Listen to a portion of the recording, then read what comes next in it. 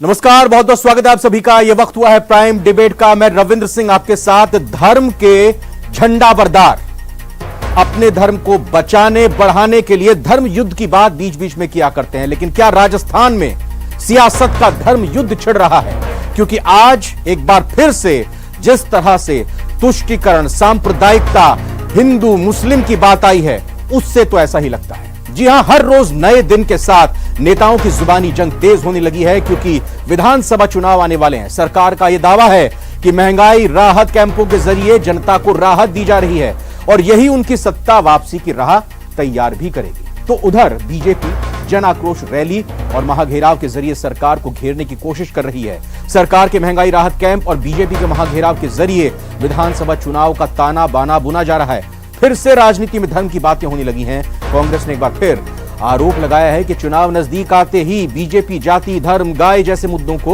उठाने लग जाती है। तो बीजेपी का दावा है कि कांग्रेस तुष्टीकरण की राजनीति करती है। सियासत का धर्म युद्ध एक तरह से कहें कि फिर से शुरू हो चुका है। इसी पर प्राइम डिबेट में आज करेंगे बड़ी चर्चा। पहले रिपोर्ट देखते हैं, फिर मेहमानों का स्वागत करेंगे, उनसे चर्चा करेंगे। लगा चुनावी पारा, भारतीय जनता पार्टी जिंदाबाद। तीखे हुए तेवर, तेज हुई जुबानी जंग।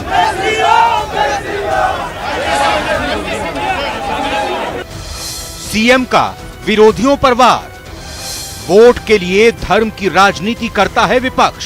चुनाव आएंगे तो जोर शोर से ढोल पीटेंगे, हिंदू धर्म की बात करेंगे, मुस्लिम की बात करेंगे वोट देने के लिए।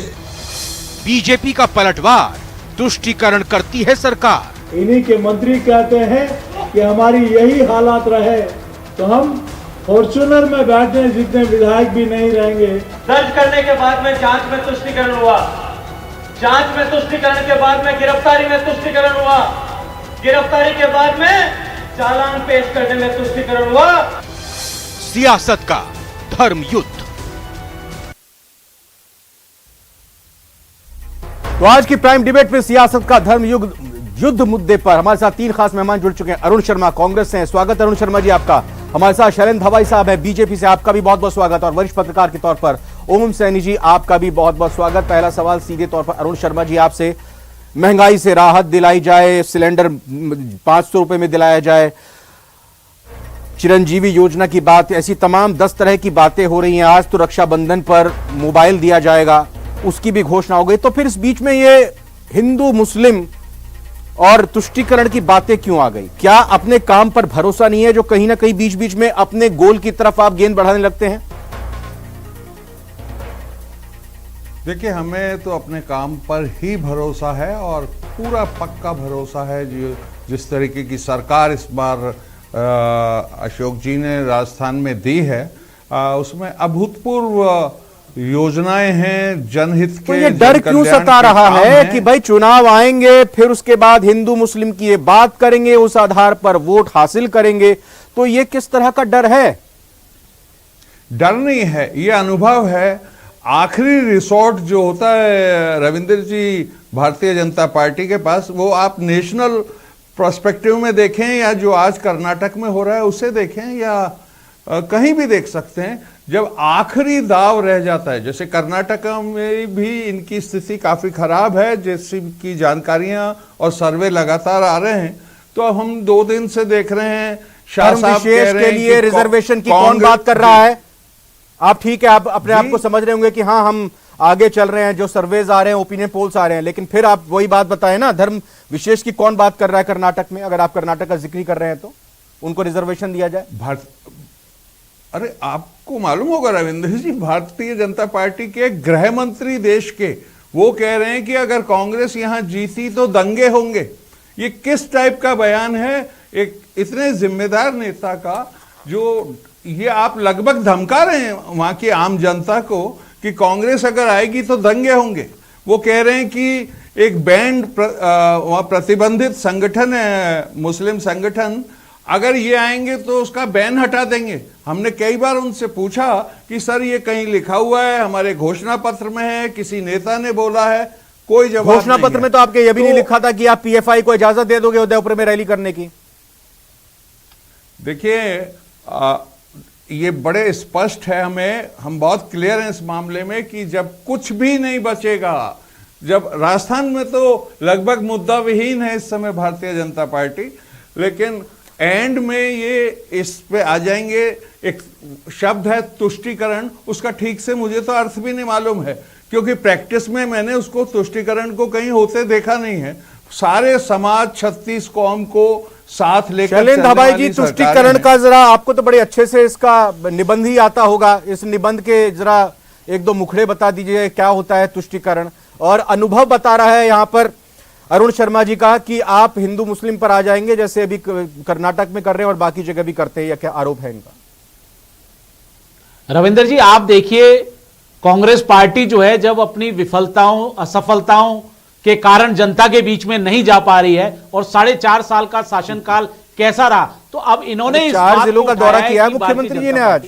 आप कह रहे हैं जनता के बीच में नहीं जा रही? मैं आपको यही बता रहा हूं। अब बताइए, तुष्टीकरण की जो ये बात करते हैं, जब राजस्थान में कांग्रेस की गहलोत सरकार तब से आई है, जब से मैं आपको बता दूं 200% सांप्रदायिक दंगों में इजाफा हुआ है। आप बताइए, एक तरफ आप ऑर्डर निकालते हो कि विशेष समुदाय के इलाकों में बिजली नहीं जानी चाहिए, और हिंदू त्योहारों पर आप 144 लगा देते हो, आप भगवा झंडे लहराने नहीं देते हो। आप किस तरह की बात कर रहे हो? तुष्टीकरण तो कांग्रेस का कल्चर रहा है। जब भारत आजाद हुआ उसके बाद से इन्होंने एक विशेष संप्रदाय को तुष्ट करने का काम किया है। चाहे आप साहबानों का केस याद दिला दूं मैं, चाहे आप वक्फ बोर्ड को पावर देने की बात करिए। क्या होता है तुष्टीकरण? एक विशेष संप्रदाय को छूट दे देना, एक विशेष संप्रदाय को संरक्षण देना, प्रशय देना, उनका विकास नहीं करना, उनका सामाजिक आर्थिक और राजस्थान के संदर्भ में जरा बताएं, सिर्फ उनको तुष्ट करना। राजस्थान आप देखिए ना, पीएफआई जो एक बाद में प्रतिबंध किया भारतीय जनता पार्टी की केंद्र की सरकार ने, वो संगठन जो आतंकी संगठन था उसको तो आप छूट देते हो। कोटा में आप हिजाब के मुद्दे पर आप वहां रैली कर लो, आप जब परीक्षाएं होती है तो आप दुपट्टा हटवा देते हो, चूड़ियां निकलवा देते हो, सुहाग की चीजें निकलवा देते हो महिलाओं की। तो आप बताइए, पूरा एक इतिहास है। करौली में दंगा हुआ, किसने किया? सबको पता है, वीडियो न्यूज़पेपर सब में आया, किसने पत्थरबाजी की, कहां से दंगा शुरू हुआ, जोधपुर में क्या हुआ, किसने तलवारें लहराई, किसने पुलिस की लाठियां चीनी, किस तरह से उदयपुर का घटनाक्रम हुआ, भीलवाड़ा में किस तरह से हत्या कर दी जाती है, चित्तौड़गढ़ में किस तरह से हत्या कर दी जाती है, छबड़ा बारा में क्या घटनाएं हुई, हनुमानगढ़ में क्या घटनाएं हुई। आप बताइए, 200% घटनाएं बढ़ी है। क्यों बढ़ी है? क्या ये कानून का पालन करते हैं? आप देख लीजिए जाके, जब एआईएम ओबीसी आते हैं तो यहां जयपुर में पाकिस्तान जिंदाबाद के नारे लग जाते हैं, सरकार कोई एक्शन नहीं लेती, कोई एफआईआर दर्ज नहीं कराती। तो आप बताइए, पूरी तरह से कांग्रेस सरकार जो है तुष्ट करती है, और आप बोलते हो कि हम तुष्टीकरण की बात करती है। भारतीय जनता पार्टी ने कभी तुष्टीकरण की बात नहीं की। हम सब वर्गों को, सब संप्रदाय को लेकर चलते हैं, सबका साथ, सबका विकास, सबका प्रयास, सबका विश्वास। ऐसी कोई योजना नहीं है जिसमें हमने पक्षपात किया हो। मुझे आज आपके चैनल के माध्यम से बताते हुए गर्व हो रहा है कि 35% हमारे मुस्लिम भाइयों को इससे लाभ मिल रहा है योजनाओं का। आप बताइए, यह आंकड़ा है। आप बताइए, हम तुष्टीकरण करते हैं? तुष्टीकरण तो कांग्रेस के खून में है। आपने शाहबानो के केस में किस तरह से मुस्लिम पर्सनल लॉ बोर्ड को कानून लाके चेंज कर दिया, किस तरह से आपने वक्फ बोर्ड को पावर दे दी, किस तरह से आपने बिना किसी मैं समझता हूं कि तुष्टीकरण के इतने उदाहरण जो शैलेंद्र धाबाई जी ने राजस्थान के संदर्भ में बताए, दंगों की बात हो, रैली को इजाजत देने की बात हो, या फिर बात अपने प्रतीक चिन्ह लगाने की हो। अब जोधपुर में भी यह जिक्र किया जा रहा है कि भाई आप संप्रदाय विशेष के ध्वज और प्रतीक चिन्ह लगाने दे रहे। उधर उदयपुर में 144 धारा 2 महीने के लिए लगाई हुई है, वहां पर झंडे आप सार्वजनिक जगहों पर या दूसरी जगहों पर नहीं लगा सकते हैं। यह है तुष्टीकरण। देखिए रविंद्र, मैं तो इवन अभी हमारे बड़े जोशीले भाई हैं शैलेंद्र भाई, काफ़ी तेज आवाज़ में बोलते हैं, मैं मैच भी नहीं कर पाऊंगा इनका जो वॉल्यूम है। लेकिन मैंने आपको निवेदन किया शुरू में ही, आखिरी हथियार है इनका जब सब कुछ फेल हो जाता है। अभी आपने जिक्र किया, मुख्यमंत्री 4 दिन से दौरों पे हैं, राहत केंद्रों के निरीक्षण कर रहे हैं, ये भी कर रहे हैं। इनके मदन दिलावर जी हैं कोटा में एमएलए, वो एक राहत केंद्र में गए और उनका तंबू उखाड़ने की कोशिश की, वायर निकाल दिए, कंप्यूटर ऑपरेटर उसके, वो तो कर्मचारी हैं बेचारे, और वहाँ अफरा तफरी फैला दी। तो ये हताशा के चिन्ह हैं, और आखिरी चिन्ह इनका यही होता है जब सब कुछ फेल है तो ये आ जाते हैं, ये सांप्रदायिकता, तुष्टीकरण, डिवीजन, दंगे, मतलब ये जनता देख रही है और ओम बिल्कुल सैनी जी, स्पष्ट मैं है आपसे कि समझना चाहूंगा राजस्थान कि आखिर ये जी। धर्म की राजनीति और धर्म की सियासत के जरिए जो सियासत का धर्म युद्ध होता हुआ और इसकी शुरुआत दिखाई दे रही है, आप अभी तक जो देख रहे हैं, समझ रहे हैं, जो दौरे हो रहे हैं, जो बातचीत और बयान सामने आ रहे हैं, किस रूप में आप एनालाइज करेंगे? किसकी तरफ से इसकी शुरुआत हो जा रही है और कैसे कैसे अपने जरिए आकलन किया जा रहा है? देखिए, संविधान की प्रस्तावना में जो गारंटी दी हुई है, जैसा देश बनना चाहिए उसके लिए काम करना तुष्टीकरण नहीं है, और सभी संप्रदायों को सभी समान रूप से आगे बढ़ाने का सिलसिला है। मुसलमानों में भी गरीब है, उनको भी आरक्षण होने का सिलसिला होना चाहिए। हिंदुओं में भी अगड़ों तक में जो गरीब है उनको आरक्षण का सिलसिला होता है। ये तुष्टीकरण नहीं है, ये एक संकीर्ण सोच है। इस संकीर्ण सोच के माध्यम से आप अपनी यथार्थ की राजनीति को हासिल करना चाहते हैं तो वो चीखने चिल्लाने से तो कुछ होगा नहीं। हकीकत ये है कि ये बिल्कुल साफ साफ लग रहा है कि एक समूह है जो बहुसंख्यकों के माध्यम से आगे बढ़ रहा है, दूसरा समूह है जो सारे समुदायों को साथ में लेके चलना चाहता है। तो साथ में लेके चलने की एक काट है, वो काट यही है कि किसी तरीके से एक बड़ा हिस्सा जो इस देश का है उसको अलग कर दो, उसके साथ में से प्रतिपक्ष से अलग कर दीजिए, तो उसके बाद में आप पुनः शासन में स्थापित हो जाएंगे। ये अपनी अपनी राजनीति की व्यवहारिक मजबूरियां हैं जिनको निभाने के लिए जो अलग अलग आपके पास में वक्ता आते हैं, प्रवक्ता आते हैं, वो बोलते हैं। बाकी हकीकत साफ साफ समझ में आ रही है। ये कोई डिबेट का विषय नहीं है, बड़ा स्पष्ट है। इस वक्त पूरे मुल्क में बड़ा साफ नजर आता है कि एक तरफ बहुसंख्यकों की राजनीति हो रही है, एक तरफ उन पे दूसरी तरफ लगाया जा रहा है कि अल्पसंख्यकों को लेकर के चल रहे हैं। अब जिस तरीके भड़काने वाले सिलसिले, धर्म जो बहुत ही व्यक्तिगत ओम सैनी जी, मुझे बताएं, धर्म आधारित जनगणना की जो बात कर रहे हैं वो किस श्रेणी में आता है फिर? जी, धर्म आधारित जनगणना की जो बात की जा रही है वो किस श्रेणी में आएगा? भाई सांप्रदायिकता की तो बात हो रही है, लेकिन धर्म में भी आप जनगणना कर लीजिए। हिंदू धर्म में कौन कितनी अपनी वजन रखता है, कितनी जनसंख्या रखता है, उसका भी कर लीजिए। जिसका लगातार सपोर्ट नॉन बीजेपी सरकारों की तरफ से कहे, नॉन बीजेपी राजनीतिक दलों की तरफ से किया जा रहा है। ये सही है गलत, मैं इस पर डिबेट नहीं करना चाहता, लेकिन ये भी तो एक हिस्सा है ना, ये भी तो एक हिस्सा है।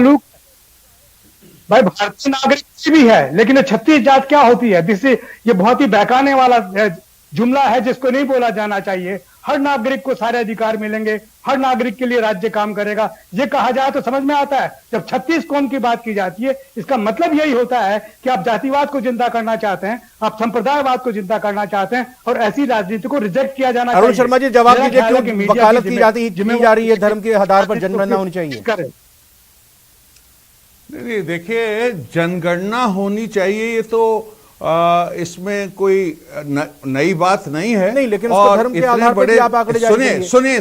सुन लीजिए सर, इतने बड़े देश में जहां इतने धर्म और इतनी जातियां हैं, हमारे लाख चाहने से भी जातियां जिंदा हैं। उसी के आधार पर रिजर्वेशंस हैं, जो पिछड़ी जातियां हैं उनको आगे लाने का प्रयत्न हर सरकार करती है। भारतीय जनता पार्टी भी कहती है कि हम SC ST को आगे लाएंगे, पिछड़ों को आगे लाएंगे। अभी मेरे दोस्त जिक्र कर रहे थे कि इनने मुसलमानों का भी कितना कल्याण किया है। एक बड़ा सांकेतिक चीज होती है रविंदर जी, मैं ये पूछना चाहता हूं, इनने कितने टिकट अभी कर्नाटका में या कहीं भी विधायकों को या सांसदों को मुस्लिम समुदाय को दिए हैं? देखिए, इतने बड़े देश में, जो कॉम्प्लेक्स देश है, 22 किस्म के धर्म हैं जहां, तो उसमें सबका अकाउंटिंग तो मालूम होनी ही चाहिए। उस हिसाब से विकास योजनाएं बनती हैं। अब ये जाति से रिलेटेड जनगणना का अर्थ भी यही है कि जो सही हकदार है उस तक फायदा। 2011 में जनगणना जब हुई, यूपीए की सरकार थी, उस डेटा को लेकर क्यों बैठ गए आप? तब क्यों नहीं सामने लेकर आए थे? नहीं, देखिए, वो सब डेटा उपलब्ध हैं अब भी, और ये लोग भी उसको उजागर कर सकते हैं ना। जनगणना के कहीं बैग हम अपने घर थोड़ी ले गए? नहीं, वो तो कह रहे हैं ना। शैलेंद्र भाई जी, आप ही जवाब दीजिए, आप जवाब दीजिए। ये तो कह ही रहे हैं कि यही तो तुष्टीकरण है। शैलेंद्र भाई जी, कर दीजिए जारी। देखिए, मैं आपको बताऊं, मैंने आपको बताया, पहले मैं ओम सैनी जी जो हमारे वरिष्ठ पत्रकार हैं उनका जवाब दे देता हूं। संविधान में ये बता दें सैनी साहब कि कोई धर्म के आधार पर आरक्षण मिलता है क्या? अनुच्छेद 15 हो, 16 हो, अगर आपने पढ़ा हो सैनी साहब, धर्म के आधार पर आरक्षण नहीं मिलता। पहली बात, तुष्टीकरण आपकी दिखती है, आपने मैनिफेस्टो में कहा है, कर्नाटका के मैनिफेस्टो में आप कहते हो कि धर्म के आधार पर हम आरक्षण देंगे, धर्म के आधार पर संविधान, भारत का संविधान अलाउ नहीं करता आरक्षण देने की। दूसरी बात, मैं आपकी बात बताना चाहता हूं, तुष्टीकरण क्या होता है। अब सुनिए सैनी साहब, कांग्रेस के प्रवक्ता से मैं पूछना चाहता हूं, अभी आपके रंधावा जी ने 1-to-1 विधायकों से बातचीत की, एक परफॉर्मा दिया गया, उस परफॉर्मा की पहली लाइन क्या थी कि आपकी जाति और धर्म क्या है, बताइए। तो कांग्रेस पार्टी शुरू से जाति और धर्म की लड़ाई करती आई है और इन्होंने तुष्टीकरण किया है। आप बताइए, नहीं था आपके परफॉर्मा में? पहली लाइन यही थी कि आपके हर विधायक से पूछा गया कि आपके कितने जाति है, क्या धर्म के लोग हैं, क्या धर्म। तो सबसे पहले नहीं, पहले आप बात सुनिए, यह तुष्टीकरण होती है। आप क्या बात करते हो? आपने, आपके जो प्रधानमंत्री रहे मनमोहन सिंह जी, उन्होंने क्या कहा योजना आयोग की मीटिंग में कि पहले अधिकार संसाधनों पर अल्पसंख्यकों का, यह तुष्टीकरण होता है। तो संविधान क्या कहता है, ये सैनी साहब मत बताइए। उनको आगे बढ़ाने की कोई मदद करना कोई भी तुष्टीकरण नहीं है। आधारित आप देखिए कि दूसरी जातियों में क्या हो रहा है, दूसरे संप्रदायों में क्या हो रहा है, इनको आगे लेके चलने की जिम्मेवारी शासन की है। और हिंदुस्तान के संविधान को मानने वालों के लिए ये जरिया है जिसको कि रिजेक्ट नहीं किया जा सकता, जिसको आप रिजेक्ट करना चाहते हैं और आप कहना चाहते हैं। अरुण शर्मा जी जवाब ये देना चाह रहे हैं, जो यहाँ धवाई साहब ने उठाया कि भाई पहले कॉलम में जो प्रोफॉर्मा था, ये सवाल क्यों था विधायकों से कि भाई आप किस जाति से ताल्लुक रखते हैं, बताएं। आप जवाब देना चाह रहे थे जी। मैं जवाब देना चाह रहा हूं सर, बड़ा कॉमन सेंस का जवाब है, आपको भी पता है, इनको भी पता है, ओम जी तो वरिष्ठ हैं, इनको पता होगा। भारतीय जनता पार्टी जब कैंडिडेट चुन रही होती है तो वो क्या जातियों का हिसाब नहीं लेती? उनका पहला सवाल क्या होता है, कुछ और होता है। देखिए कमाल की बात कर रहे हैं, इन बातों में क्या रखा है? क्यों बातों में क्या नहीं रखा? आपने पूरी डोमेन में है तो उससे क्या मतलब है? राजनीति की आप वहां लिंगायत वोल्कानायत नहीं कर रहे हैं। आप बताइए ना, परफॉर्मा पब्लिक डोमेन में परफॉर्मा क्या होता है? स्पष्ट परफॉर्मा है आपका भी, आप भी जाति के बेसिस पे लड़ रहे हैं। कांग्रेस पार्टी का चरित्र क्या है आप देखिए, चरित्र तो आपका भी दिख रहा है, डेली दिखता है। सवाल हैं जो आपको बहुत सारे जवाब देने हैं। नहीं, आप बताइए ना, क्या धर्म के आधार पर आरक्षण होता है? क्या बताइए, सुनिए, आप बताइए, धर्म के आधार पर आरक्षण होता है? कि संविधान, भारत का संविधान कहता है कि धर्म के आधार पर आरक्षण दिया जा सकता है। आप मैनिफेस्टो में लिखते हो, आप कहते हो हम धर्म के आधार पर देंगे। भारत के ओम सैनी जी, आपसे मेरा सवाल है, क्या धर्म के नाम पर चुनाव के वक्त में बयान देना, राजनीति करना, लोगों को लामबंद करने की एक कोशिश करना सबसे ज्यादा सुविधाजनक है? हाँ, 2014 से तो ऐसा ही लग रहा है कि सबसे ज्यादा सुविधाजनक है। लोकसभा के अंदर जो बहुत सारे लोग चुन के गए हैं, उनके पीछे यही सारी राजनीति काम करती रही है। इसको अगर गौर से आप एग्जामिन करेंगे और देखेंगे तो पता लग जाएगा। इसलिए इसको छिपाने का कोई सिलसिला ही नहीं होना चाहिए। इस पे तो सामान्य रूप से संविधानवादियों को अटैक करना चाहिए कि 2014 से पहले ऐसा नहीं होता था। पूरे मुल्क में आवाज चाहिए। शैलेंद्र भाई जी, जो 2014 से के बाद में ऐसा दिखाई दे रहा है। अरे कांग्रेस के राज में बिल्कुल गलत जाती थी। देखिए, इसको तो हमने भुगता है। भारतीय जनता पार्टी को पता नहीं भुगता है नहीं भुगता, बाद में पैदा हुए हम लोग तो पैदा हुए तो 20 स्टार हम लोगों ने भुगता है उसको। कांग्रेस पार्टी के खिलाफ तो हम लोग लड़े हैं, लेकिन कांग्रेस पार्टी तो उसके बावजूद। अच्छा, एक क्योंकि आज चर्चा में वक्त खत्म होने वाला है, एक सवाल और मैं लेना चाहूंगा और शैलेंद्र भाई जी आप ही सवाल लेता हूं, फिर उसके बाद मैं अरुण जी से रिएक्शन लूंगा। प्लीज जरा सुनिएगा। बिल्कुल इस वक्त चरम पर है चुनाव प्रचार कर्नाटक में, जहीला सांप जैसी बातें कही गई और आज राजस्थान में रावण की संज्ञा यहां पर निकलकर सामने आ गई। यह कितना सही है भाई? व्यक्तिगत आक्षेप लगाना और इस तरह के शब्दों का चयन करना, यह कितना सही है शैलेंद्र भाई जी?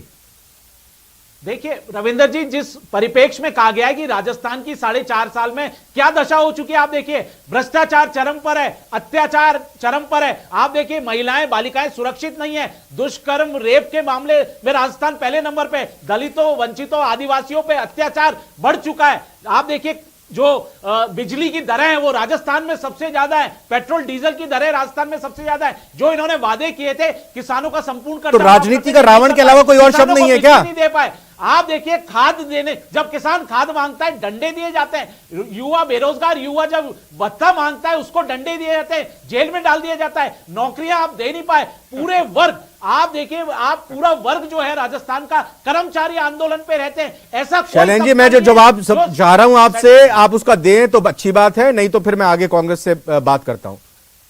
मैंने आपसे सीधा सा पूछा। नहीं, मैं जो मैं नहीं, मैं ये नहीं कह रहा आप खेद जताइए, मैं उम्मीद भी नहीं करता। सही है, ऐसे बयान देने चाहिए कि नहीं देने चाहिए? आप जहरीले साहब पर मत आइएगा, बता रहा हूं कि आप राजस्थान अपनी बात की करिएगा। जो हालात आज कर दी है, राजस्थान के जो हालात कर दिए हैं, उस परिप्रेक्ष्य में बयान दिया गया है। आप समझिए इस बात, समझे आप? अरुण शर्मा जी, आप समझे क्या? नहीं रविंदर, आई एम सॉरी, मैं बिल्कुल नहीं समझ पाया। अशोक गहलोत जी का धुर विरोधी भी उनको भ्रष्ट नहीं कह सकता, उनको रावण नहीं कह सकता, ये मैं जानता हूं। देखिए अच्छा, आपका क्वेश्चन का भी मैं जवाब देता हूं।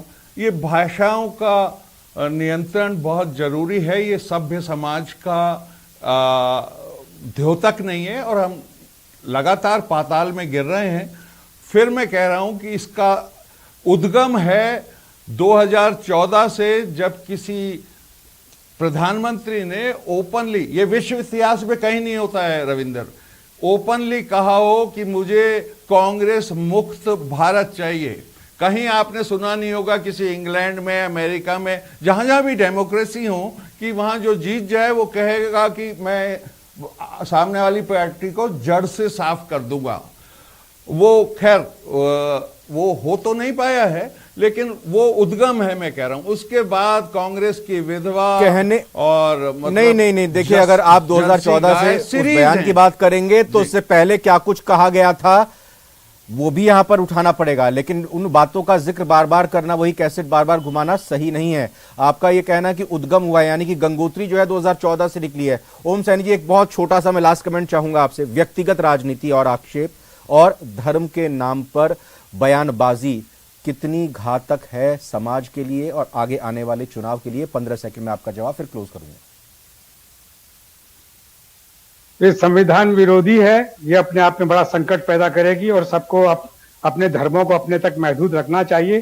देश में धर्म का सिलसिला नहीं, डेमोक्रेसी का बिल्कुल। बहुत बहुत धन्यवाद। एक सवाल जो लगातार आज पूछा गया, जाति धर्म से जुड़े बयान वोट बैंक की सियासत है। हाँ, 94% लोगों ने इसमें हाँ में जवाब दिया है। लोग समझ रहे हैं, जान रहे हैं, और उसी हिसाब से लोगों का रिएक्शन भी आएगा। और समझ जाना चाहिए वक्त रहते ही राजनीतिक दलों को कि अब बार बार काठ की हांडी नहीं छड़ती है। इसलिए धर्म के नाम पर राजनीति करना, बयानबाजी करना किसी भी सूरत में सही नहीं ठहराया जा सकता। प्राइम डिबेट में आज इतना ही। सभी मेहमानों का बहुत बहुत धन्यवाद।